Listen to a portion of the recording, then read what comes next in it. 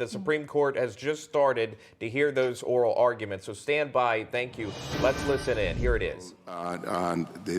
The government could have had a notice and comment. So if it's susceptible to notice and comment, then how do you analyze it in that context? You can't just say, well, it's emergency, therefore it has to be absolutely necessary. It would seem that would undermine your definition or your notion of necessary.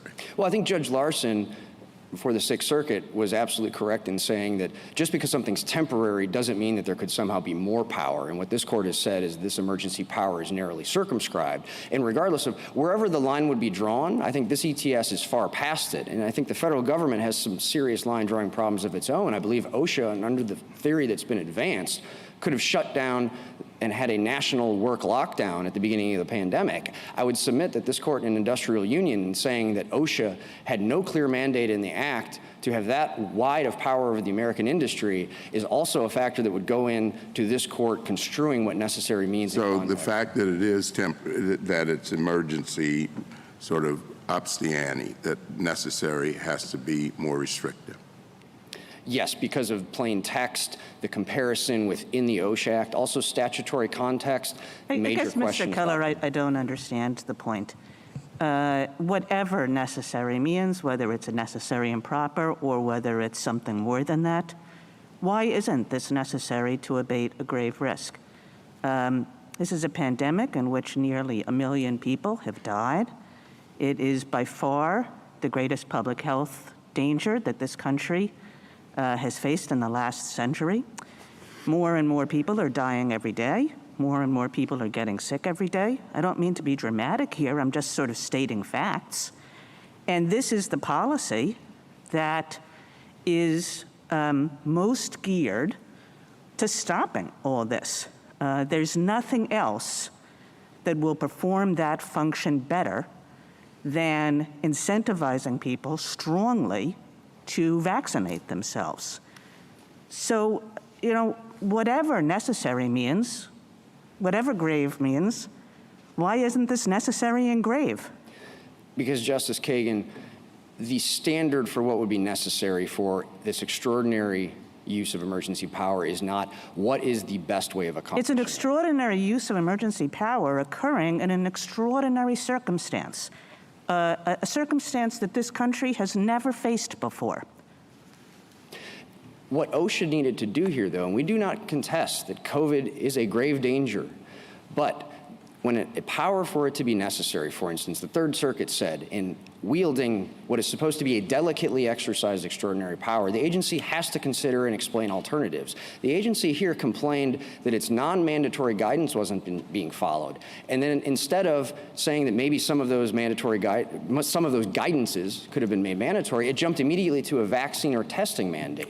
Moreover, OSHA typically— Mr. Keller, I guess I just don't see this as a situation, a typical arbitrary, capricious situation where we say, oh, you didn't consider an alternative carefully enough. We all know what the best policy is. I mean, by this point, 2 years later, we know that the best way to prevent spread is for people to get vaccinated, and to prevent dangerous illness and death is for people to get vaccinated. That is by far the best. The second best is to wear masks. So this is a policy that basically says we are still confronting thousands of people dying every time we look around.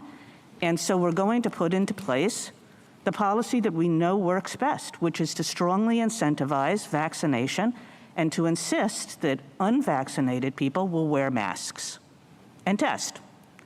I mean, that's just like, why isn't that necessary? What else should be done?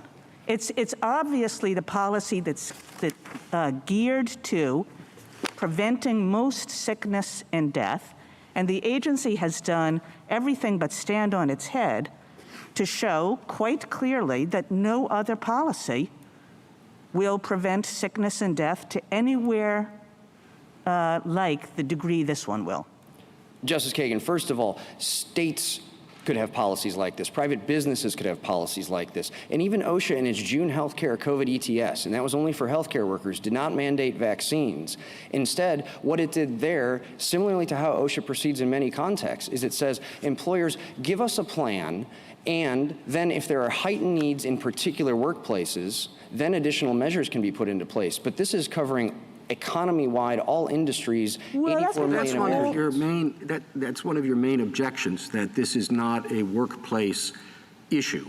It's an out in the world issue. Is that right? That's right, Mr. Chief Justice. Well, but how focused on the workplace does something have to be before you will say that OSHA can regulate it? I think, for example, of an assembly line.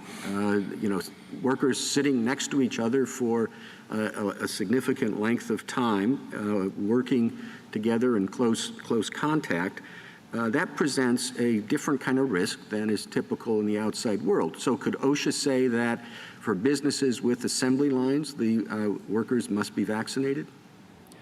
No, not vaccinated. OSHA, though, could potentially, going by industry or workplace by workplace, have measures such as what some of their guidance have suggested, like, potentially barriers. But I think all of this would be... Well, but those are sort of, as Justice Kagan has been discussing, those are sort of, not as good. And why wouldn't OSHA have the authority to do the best approach possible to address what I guess you agree is a special workplace problem? Well, Mr. Chief Justice, I don't think the standard here can be the best, because if it was the best, then that would mean that OSHA could ban all people from coming into the workplace. I think that is a power that Congress, when it created OSHA, so the agency is acting, less aggressively than it might otherwise do, but in an effective way to address the problem. But as soon as we get to the point where we're talking about a less aggressive way, there are other alternatives. There could have been plans. There could have been the non-mandatory guidance that was then put into place. Jumping to a vaccine or testing mandate when OSHA has never exercised that power. Well, there is some pressing urgency to addressing the problem, and having them sit down and say, okay, what else could we do? We have to have notice and comment, which I guess, are you insisting that be part of the process? In this situation, yes. I mean, you have the Postal Service and Amtrak saying many employees will quit. Here, there are reports. Well, just because the post office can't do it efficiently doesn't mean that private industry can't. But I think what this shows is workplaces are different. And instead of doing an economy-wide vaccine or testing mandate for all purposes, OSHA needed to at least consider, as it identified, there are certain instances where healthcare workers and otherwise, in those industries where there's a heightened risk, that's where there's a workplace occupational. I want to ask a provisional question.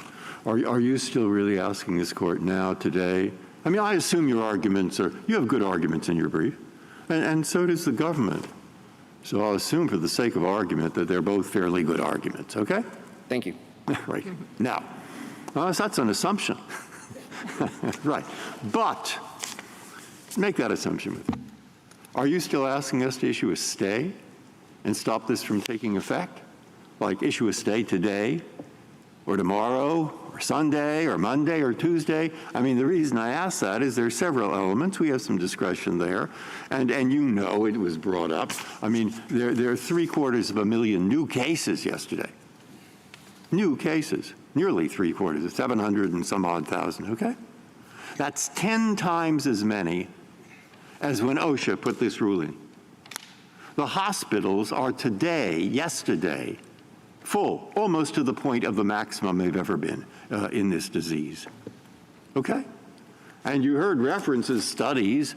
I mean, they vary, but some of them say that the hospitalization is 90% or maybe 60% or maybe 80%, but a big percent filled up yesterday or the day before with people who were not vaccinated, okay? So that's what we're talking about now. And think of the stay requirements.